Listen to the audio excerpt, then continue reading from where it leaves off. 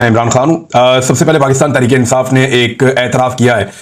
इमरान खान साहब माजी में ये बात करते रहे, उन्होंने बहुत सारे इंटरव्यूज में कहा कि जनरल कमर जावेद बाजवा को एक्सटेंशन देना मेरी एक बहुत बड़ी गलती थी, मुझे कभी भी ये नहीं करना चाहिए था। और ये जो एक्सटेंशन वाला मामला है, इसमें इमरान खान साहब ने अपने एक उसूल को तोड़ा था। ये उससे पहले भी वो दावा करते रहे कि एक्सटेंशन नहीं होनी चाहिए, किसी की भी नहीं होनी चाहिए। फिर क्योंकि जब आप इक़्तिदार में होते हैं तो फिर आपकी कुछ मजबूरियां होती हैं, और इमरान खान साहब ने वहां कंप्रोमाइज किया, जो गलत था वो इमरान खान साहब को कभी नहीं करना चाहिए था। तो ये कमजोर सियासतदान की निशानी होती है जब वो इक़्तिदार के नशे में वो कमजोर हो जाता है और वो काम करता है जो उसको नहीं करना चाहिए था। लेकिन जनरल कमर जावेद बाजवा ने पूरा एक जाल बिछाया और बड़ी मीठी मीठी बातें करके उसने एक्सटेंशन ले ली। ना सिर्फ इमरान खान से बल्कि सारी पॉलिटिकल पार्टी से। आज तक की तमाम कानून साजियों में सबसे बेहतरीन काम वो हुआ था जब जनरल बाजवा के लिए एक ही सफ में खड़े हो गए महमूद अयाज, तो सबने जाके जनरल कमर जावेद बाजवा को एक्सटेंशन दे दी। अब जनरल बाजवा की एक्सटेंशन को इमरान खान साहब ने, ये वाहिद आदमी है जो अपनी गलती तस्लीम करता है। बड़ा आदमी होता है ना, वो जिससे गलती हो जाए तो वो कहता है जी मैंने गलत किया था और मैं इसको तस्लीम करता हूं, और वो उससे सीख कर आगे बढ़ता है। पाकिस्तान में सियासतदान कभी भी अपनी गलतियों को तस्लीम नहीं करते। यानी जनरल अशफाक परवेज कियानी को एक्सटेंशन दी जिन लोगों ने, वो इसके ऊपर कभी बात नहीं करते। जो लोग आज तक माजी में गलतियां करते रहे उन्होंने कभी कौम से माफी नहीं मांगी, लेकिन पाकिस्तान तहरीक इंसाफ ने आज बाकायदा इसे अपनी संगीन गलती करार देते हुए कौम से माफी मांगी है। ये बात कर रहे थे असद कैसर साहब, जो स्पीकर थे उस दौर में जब बाजवा साहब को एक्सटेंशन दी गई थी, और इन्हीं के जेर निगरानी ये कानून साजी हुई थी जिसमें जनरल बाजवा का मामला क्योंकि कोर्ट में चला गया था तो फिर एक्सटेंशन का मामला वहां से हुआ था।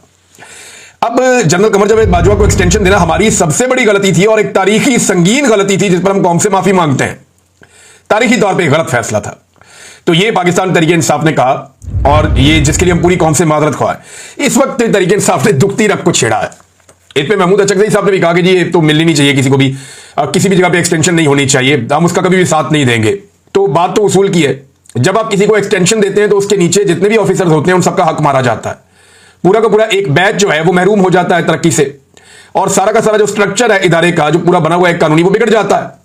लेकिन ये जो एक्सटेंशन है ये दी गई थी, इसमें कौम से माफी मांगी गई है, और इस वक्त ये माफी मांगे जाना ये बड़ा मानी खेज है। और इसके ऊपर रद्द-ए-अमल तो आना था, तो फैसल वाडा का रद्द-ए-अमल सबसे पहले आ गया। देखिए ये जो माफी वाला मामला है ना कि कौम से हम मांग रहे हैं, ये 1 साल पहले भी पीटीआई मांग सकती थी, 6 महीने बाद भी मांग सकती थी। लेकिन ये टाइम बड़ा क्रूशल है क्योंकि इस वक्त इन चीजों का फैसला हो रहा होता है कि मौजूदा आर्मी चीफ को एक्सटेंशन मिलेगी या नहीं मिलेगी। तो पीटीआई ने अपनी इंटेंट शो कर दिया, अपोजिशन के साथ बैठ के जनाब हमसे उम्मीद कोई ना रखे, हम किसी जगह पे सपोर्ट नहीं करेंगे। जनरल बाजवा ने जब एक्सटेंशन ली थी इमरान खान साहब के दौरे हुकूमत में, तो उन्होंने ये बंदोबस्त किया था कि सारी पॉलिटिकल पार्टीज का मुश्तरका आर्मी चीफ मैं होऊंगा। यानी मैंने कंट्रोवर्शियल नहीं होना ये चाहिए कि PMLN, peoples party, MQM, Jamaat Islami, Fazlur Rahman, ANP, PTI सारे मुझे वोट डालें, इसका उन्होंने बंदोबस्त किया था। और सबने आकर उन्हें वोट डाला था नवाज शरीफ साहब की मर्जी से। और फिर मियां साहब की डील भी आपको याद है इसी बीच में हुई थी। अब क्योंकि जनरल बाजवा साहब की एक्सटेंशन सबने मुतफिका तौर पे की थी, तो उन्होंने यह साबित करने की कोशिश की कि मैं कंट्रोवर्शियल बिल्कुल नहीं हूं। लेकिन जनरल आसिम मुनीर साहब का मामला अगर आगे आता है तो पीटीआई ने और अपोजिशन ने अपनी इंटेंट या जो वो करने जा रहे हैं या अपनी सोच उन्होंने पहले ही कौम के सामने रख दी है कि नहीं जी हम किसी एक्सटेंशन के हमायती नहीं है। इस वक्त ये क्रूशल है और ये दुखती हुई रग है। फैसल वाडा ने इसके ऊपर रद्द-ए-अमल दिया, और फैसल वाडा ने इसके ऊपर एक जो है वो ट्वीट भी किया, और वो ट्वीट मौजूद है सोशल मीडिया पे, आप देख सकते हैं। उन्होंने कहा कि एक्सटेंशन नहीं, तसलसल जारी रहेगा और रहेगा। तो उन्होंने कहा कि किसी में दम है तो तसलसल रोक कर दिखाए, पाकिस्तान की तरक्की का यह सफर इंशाअल्लाह जारी रहेगा। अच्छा, ये अब तसलसल किसे कहते हैं? एक्चुअली ये जो अभी सारा आपका एक हाइब्रिड सिस्टम चल रहा है, इसी का तसलसल चाहते हैं। और ये जो हाइब्रिड निजाम है जिसको वजीर दिफा खुद कहते हैं कि एक दोगला निजाम पाकिस्तान में चल रहा है, हम तो नाम के हुक्मरान है। और राना सनाउल्लाह साहब कहते हैं कि इख्तियार तो जो है वो मोहसिन नकवी के पास है। शुक्र है उन्होंने ये नहीं कह दिया कि वो वजीर आजम बनना चाहते हैं। आजकल ये भी खबरें आ रही है कि आने वाले वक्त में शायद उन्हें वजीर आजम बना दिया जाए, और ये सारा काम भी इन रवायती पॉलिटिकल पार्टी से करवा दिया जाएगा। जैसे मुशर्रफ ने शौकत अजीज को लाकर वजीर आजम बना दिया था, तो कोई मसला नहीं है। जब आर्मी चीफ ये चाहेगा फील्ड मार्शल, और उसके बाद इख्तियार होगा और वो उनको उनकी मर्जी की चीज मिल जाएगी, ताकत उनके हाथ में आ जाए, तो वो कुछ भी कर सकते हैं। बहरहाल सेनेटर फैसल वादा ने कहा कि एक्सटेंशन नहीं, तसलसल जारी रहेगा। तसलसल का मतलब क्या है?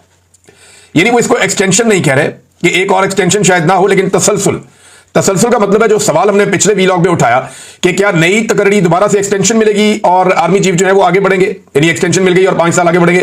तसलसल का मतलब यह है कि 3 साल पिछले और 2 साल अगले, यानी जो हुकूमत ने कानून एक बनाया कि अब हम आर्मी चीफ को और सर्विसेज चीफ्स को 5 साल तक रखेंगे, वो इंप्लीमेंट माजी से हो जाएगा। शायद फैसल वाडा साहब वो बात कर रहे हैं। यहां खुलकर कोई बात भी नहीं करता, डरते रहते हैं सारे, क्योंकि एस्टेब्लिशमेंट का मामला है और वो बड़ा हसास होता है। लेकिन तरक्की का सफर जिसकी फैसल वाडा साहब बात कर रहे हैं, तो आर्मी चीफ का जो वाहिद प्रोजेक्ट, जो पाकिस्तान का सबसे बड़ा प्रोजेक्ट है, जिसके ऊपर अरबों रुपए खर्च हुए, उनके इश्तिहारात पे, उसके प्रोग्राम्स के ऊपर, गैर मुल्की दौरों के ऊपर, लोगों को बुलाने और उनको एंटरटेन करने के ऊपर, जेनेटरी बीच नाम का एक आदमी आया, सऊदी अरब के वफद आए, बाकी ममालिक के वफूद आए। तो ये एक पूरा प्रोसीजर है जिसको कहा जाता है कि बड़ी कोशिश की गई कि SIFC कामयाब हो जाए। तो SIFC जो है वो एक सफेद हाथी में कन्वर्ट हो गया। अरबों रुपया इसके ऊपर लगा दिया, इसकी मशहूरी पे लगा दिया, इसकी प्रमोशन पे लगा दिया, इसको कामयाब बनाने के ऊपर अरबों रुपया झोंक दिया गया कौम का। लेकिन SIFC से आपको हासिल क्या हुआ?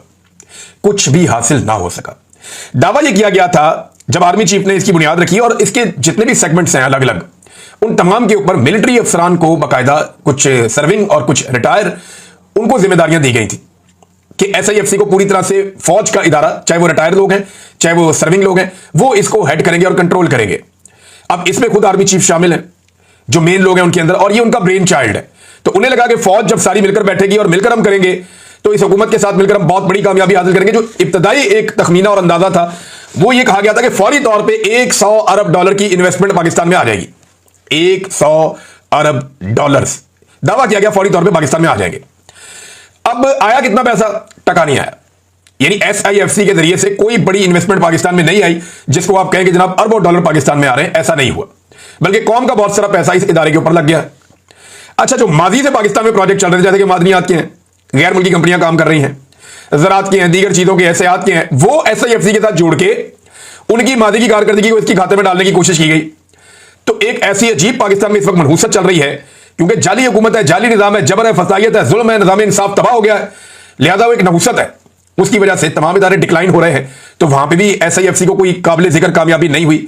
जेनेटरी बीच के बारे में कहा गया जनाब कि ये बहुत बड़ी इन्वेस्टमेंट लाएंगे, वो नहीं आई। फिर नौजवानों का एक ग्रोह पकड़ लिया गया कि जनाब ये क्रिप्टो का जुआ खेलेंगे पाकिस्तान में, और उसके लिए बहुत फैसिलिटेट भी किया गया।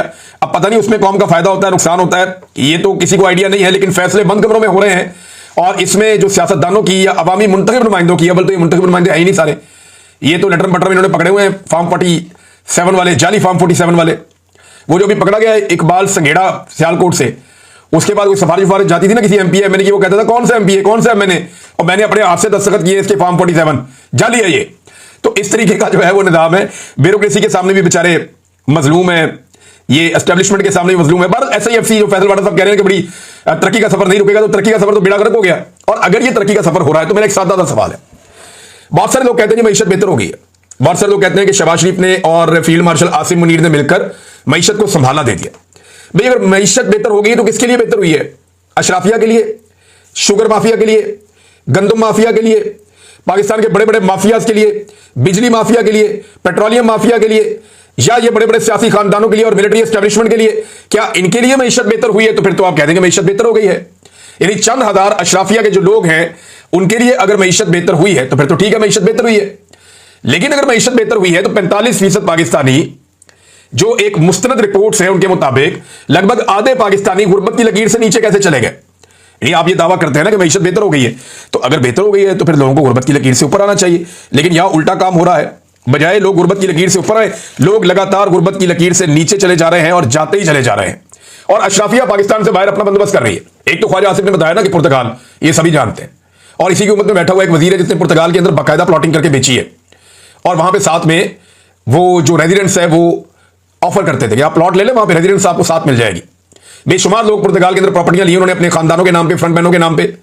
ज्यादातर लोग जो है वो अपनी बेगमात को वहां पे बनाते हैं, वहां का नेशनल, और उनकी बुनियाद के ऊपर उन पे डिपेंडेंसी का वीजा लेकर वहां चले जाते हैं और वहां पे फिर वो रहते हैं, उनको रेजिडेंशियल स्टेटस मिल जाता है। तो ब्यूरोक्रेट्स की एक बहुत बड़ी तादाद ने, पुर्तगाल हो गया, सेनेगाल हो गया, अमेरिका हो गया, इवन UAE के बहुत सारे इलाके वहां पे इन्वेस्टमेंट की हुई है। UAE में ये मिडिल ईस्ट के इलाके हैं जिनमें UAE भी शामिल है।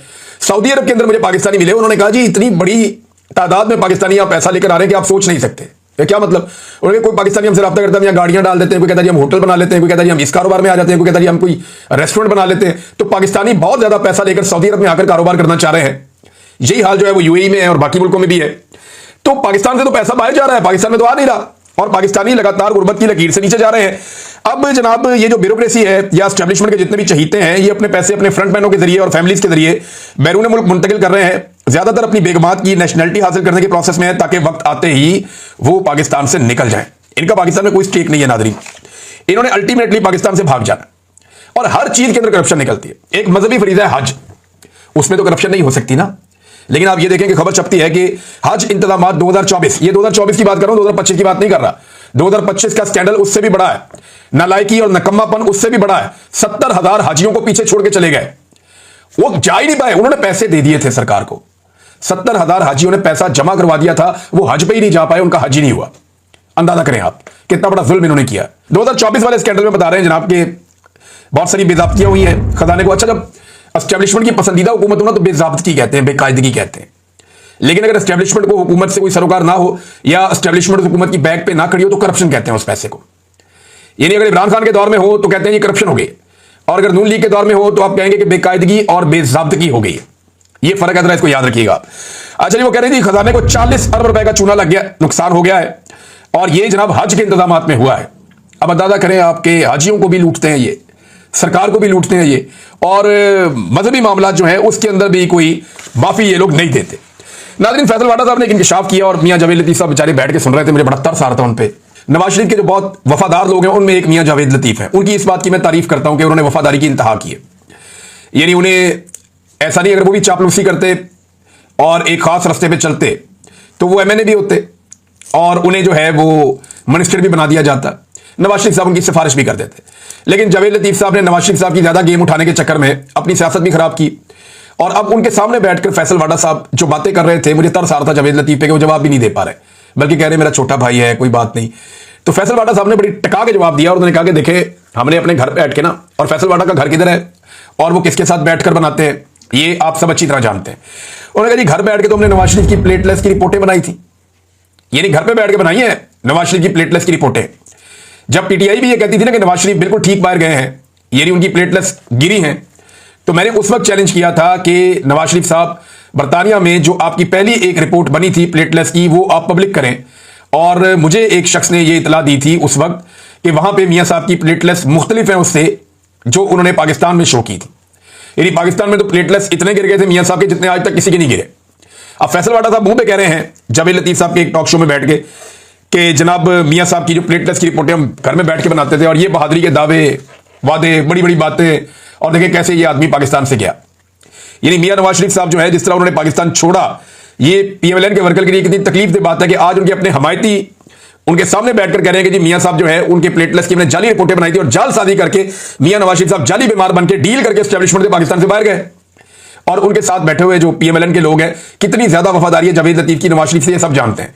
अब वो भी बेचारे अब नीचे मुंह करने पे मजबूर हैं और उसका सही तरह जवाब भी नहीं दे पा रहे थे, कोई भी तसल्ली बख्श जवाब उनके पास नहीं था। नाज़रीन, मैंने आपसे कहा ना जैसे इमरान खान के दौर में हो तो करप्शन, और अगर पीएमएलएन के दौर में हो तो बेकायदगी और बेज़ाब्तगी का लफ्ज इस्तेमाल करेगा मीडिया। इसी तरह इमरान खान के दौर था उस्मान बुज़दार ने, पंजाब में उस्मान बुज़दार का दौर था। पंजाब में कोई गेम पड़ी थी और एक होटल को शराब का लाइसेंस मिल गया था, और जब उसको लाइसेंस मिला था तो रोला पड़ गया था। बहुत सारे हमारे जो दीन के ठेकेदार हैं मजहब के, वो भी आ गए थे मैदान में। बहुत सारे लोगों ने बड़ी तनकीद की थी, बड़ा रोला पड़ गया था हर तरफ। अभी शहबाज शरीफ और मोहसिन नकवी का क्योंकि दौर है, तो इस्लामाबाद में 4 होटलों को ठेके मिले, जनाब के लाइसेंस मिल गए शराब पिलाने के, बेचने के, तो उसके ऊपर कोई रोला नहीं डाल रहा, ना मतलब के ठेकेदार जागे ना कोई और जाग रहा है। तो मैं आपको बता रहा हूं कि जब एस्टेब्लिशमेंट किसी के साथ खड़ी हो ना तो उसके गुनाह भी माफ करती है वो, और वो करवाती है। ये मौलवी मिलिट्री अलायंस जो है ये बहुत पुराना है। मौलवी तभी जागता है और तभी चिल्लाता है जब मिलिट्री उसको कहती है कि आप ये करें, अदरवाइज मौलवी नॉर्मली चुप रहता है। आपके सामने एक ऐसे आदमी की मिसाल है जो माजी में बड़ा एंटी एस्टेब्लिशमेंट बना फिरता था, बड़ा उछल उछल के पुड़क पुड़क के बातें करता था। अब आप उस आदमी को देखें तो वो ऐसा लगता है कि एक एस्टेब्लिशमेंट के टाउट और चमचे से ज्यादा कुछ नहीं है। उसका सारा का सारा इनकलाब बह गया, फारग हो गया, उसके पल्ले ही कुछ नहीं बचा बेचारे के। तो नाज़रीन, एक और जो प्रॉब्लम है हुकूमत के लिए सबसे बड़ी, वो सोशल मीडिया है, क्योंकि वहीं पे ऐसे लोग एक्सपोज हो जाते हैं। मकामी और रवायती मीडिया को तो आप काबू कर लेते हैं, लेकिन सोशल मीडिया आपके काबू नहीं आता। अब इसमें एक सरफराज बुगटी साहब हैं, एक सूबे के वजीर आला है, वो कहते हैं सोशल मीडिया के चैप्टर को क्लोज करना होगा, यानी सोशल मीडिया को बंद ही कर देना होगा। तो सरफराज बुगटी साहब, आप एक सूबे के वजीर आला है, आप अपनी फैमिली को और बच्चों को तो वहां रख नहीं सकते, उनको महफूज मकामात पे आपने मुंतकिल किया है, आप सोशल मीडिया बंद कर देंगे। देखें, मार्शल का ये कोई अगला मरहला होगा जब आप सोशल मीडिया पूरी तरह से बंद कर देंगे। वैसे तो बलूचिस्तान में बार बार इंटरनेट मोबाइल बंद हो जाना ये आम सी बात है, ये वहां होता रहता है, लेकिन पूरे मुल्क में अगर आप ये सोशल मीडिया को बंद कर देंगे तो एक घुटन पैदा होगी, और एक दिन जब ये घुटन खत्म होगी ना, तो फिर आप में से कोई भी दिखाई नहीं देगा। आपको और आपके मालिकों को बदतरीन शिकस्त हो जाएगी। मुफ्ती साहब भी साथ है जनाब, वो पहले चांद देखा करते थे, अब वो सोशल मीडिया देखते हैं। उन्होंने भी सोशल मीडिया के ऊपर उंगलियां उठा दी और उन्होंने कहा जी बड़ा तबाहकुन हथियार है इमरान खान का ये, और ये किसी को भी तबाह बर्बाद कर देता है, चाहे पीटीआई के अंदर का बंदा हो। तो मुफ्ती साहब को भी मैदान में उतारा गया है। अब अगर मामला चांद देखने वालों तक आ गया है तो फिर अब सुलह कर लें या माफी मांग लें कौम के साथ, और कौम के सामने सरेंडर कर लें, ये ज्यादा बेहतर होगा। क्योंकि कौम तो अपना फैसला कर चुकी है। उधर सुराबकोट में पीपल्स पार्टी का एक जलसा हो रहा था, इन्होंने बंदे चंदे इकट्ठे कर दिए जब बहुत सारे, और जलसे का पूरा बंदोबस्त हो गया, स्क्रीन लगा दी गई, स्टेज लग गया, सज गया, लोग आ गए, तो वहां मौजूद तमाम नौजवानों ने इमरान खान के और पीटीआई के नारे लगाना शुरू कर दिए। उसके बाद वो जो बेचारे पीपल्स पार्टी के मुकामी रहनुमा ने जलसा करवाया था, वो अपने साथ गाटों शाटों को लेकर तो लोगों को डंडे मार रहा था कि ये तुम लोग क्या कर रहे हो, हम तुम्हें किसी और काम के लिए लाए, तुम यहां नारे लगा रहे हो। तो अगर अवाम अपनी आई पे आ जाए तो फिर इस तरह के मनाजिर आपको देखने के लिए पूरे पाकिस्तान में मिलेंगे। हत्ता कि जहां पे नून लीग का पिछले दिनों जलसा हो रहा था तो लोग कह रहे थे कि हम तमाशा देखने आए हैं इनका। तो सहाफी ने पूछा भी तमाशा क्यों देखने आए हैं? मैंने कहा हम देखने आए हैं इनका तमाशा के क्या हो रहा है। मैंने कहा तो आप किसके साथ हैं? हम तो इमरान खान के साथ हैं, हम तो कैदी नंबर 804 के साथ हैं, हम उसके साथ खड़े थे, उससे ज्यादा खड़े रहेंगे, ये इससे हमारा कोई ताल्लुक नहीं है, हम तो सिर्फ इनका तमाशा देखने आए हैं। क्योंकि नॉर्मली हम म्यूजिकल शो ही रह गए हैं और तो कुछ बचा ही नहीं है। नादरीन, महमूद चकदई साहब ने बताया कि नवाज शरीफ साहब से जब वो जेल में मिलने गए थे, जब नवाज शरीफ साहब जेल में थे, मरियम भी जेल में थी, तो वो कहते जी पूरे पूरे जुलूस जाते थे, वहां पे ऐसे जलसे वाला माहौल होता था, 30-30 लोग आते थे, मियां साहब को मिलते थे, खुल खुलाकर मिलते थे, ये हवलदार स्पीकर भी वहां पे शामिल होता था। लेकिन तब तो कोई नहीं रोकता था इमरान खान के दौर में। लेकिन आज जो भी किया जा रहा है, एक सहाफी को भी इमरान खान से मिलने नहीं दिया जाता, किसी भी पॉलिटिकल लीडर को इमरान खान से मुलाकात की इजाजत नहीं दी जाती, क्योंकि ये बात पाकिस्तान की एस्टेब्लिशमेंट को समझ आ गई है कि जो आदमी भी इमरान खान से जेल में जाकर मिलता है वो बाहर आकर एटम बम बन जाता है, और वो फिर वो करता है कि जिसकी उससे तवक्को नॉर्मल हालात में नहीं की जा सकती। तो इमरान खान में एक ऐसी एनर्जी है, जो लोग उनको जाके जेल में मिलते हैं वो बाहर आकर बड़े सख्त बयान भी देते हैं, और वो उनका डर खौफ भी कम हो जाता है, और उन्हें भी ऐसा लगता है कि अगर जेल में डाल दिया जाए तो इससे कोई फर्क नहीं पड़ता। लिहाजा ये जो है वो इमरान खान साहब से इसीलिए मुलाकातें रोकी गई हैं। लेकिन नवाज शरीफ साहब की मौजें लगी हुई थी जेल में। आज इसकी गवाही जो है वो महमूद खान अचकज़ई जब नवाज शरीफ के साथ थे, उन्होंने भी इस बात की गवाही दी है। 3 साल पहले तक जब चीनी 80 रुपए किलो थी, जो मातम कर रहे थे, आज जो हुक्मरान है ये मातम कर रहे थे कि 80 रुपए किलो चीनी हो गई, तबाह हो गए, बर्बाद हो गए, लुट गए, अवाम मर गई, ये शुगर माफिया है, और वो सारे इनके साथ मिल गए। बाद में सारा शुगर माफिया इन्होंने ले लिया, और अब रावलपिंडी में तस्वीरें लगी हुई है मरियम नवाज की, और साथ लिखा हुआ है चीनी 173 रुपए किलो एहसान चढ़ा के। यानी 173 रुपए किलो चीनी मरियम नवाज की फोटो के साथ बिक रही है, ये सस्ती है। और 80 रुपए किलो चीनी आज से 3 साल पहले बिक रही थी, वो महंगी थी। अभी ये तो सस्ती करने के लिए आए थे, इन्होंने तो और महंगी कर दिया, बेड़ा गर्क कर दिया पकड़ के आम आदमी का। तो फोटो भी वहां अपनी चिपका रहे हैं, और 173 रुपए की भी अवेलेबल नहीं है। शौक इनके पता कैसे हैं? इमरान खान साहब के नाम पे लोग अपने ब्रांड लॉन्च करते हैं। कई जगहों पे लोगों ने होटल बनाया हुआ है, आज़रबाईजान में एक शख्स ने बनाया हुआ है, ज़हूर डोगर गालिबन उनका नाम है, उन्होंने बनाया हुआ एक होटल, उसका नाम है मुर्शद होटल। इसी तरह एक शख्स ने यूरोप में बनाया हुआ है, कहीं पे, कईयों ने कई और मुल्कों में बनाए हुए हैं। लोग होटल बनाते हैं, उनके नाम पे एक चप्पल भी बनती है, उनके नाम के ऊपर ब्रांड, वो लोग कपड़े बनाते हैं, उनकी तस्वीरों के साथ लोग कपड़े बनाते हैं, चादरें बनाते हैं, गारमेंट्स बनती है, परफ्यूम लोगों ने लॉन्च किए इमरान खान के नाम और नंबर के साथ, बेशुमार काम हुआ, लोगों ने बहुत पैसा भी बनाया। ब्रांड है ना इमरान खान। अब इनको फिक्र पड़ी, इनको हर चीज में नकल करने की आदत है, इन्होंने पकड़ के एक ब्रांड अपना भी लॉन्च करवा दिया। इससे पहले मुझे याद है अच्छी तरह, लाहौर में नवाज शरीफ के तस्वीर वाली एक टी शर्ट की इन्होंने कहा था जी हम रोनुमाई करेंगे और उसकी फिर बोली होगी, तो वो आखिरी वक्त में बोली कैंसिल हो गई, क्योंकि नवाज शरीफ की शर्ट खरीदने वाला था ही कोई नहीं। ये नादरीन हालात है, और ये है सूरत हाल। मैं हैरान होता हूं, आप शर्ट के ऊपर सिर्फ 804 लिख के बेचें तो आपकी कैसे बिकती है, और नवाज शरीफ का मुंह भी चिपका के बेचें तो वो मुफ्त भी नहीं लेता। ये हालात।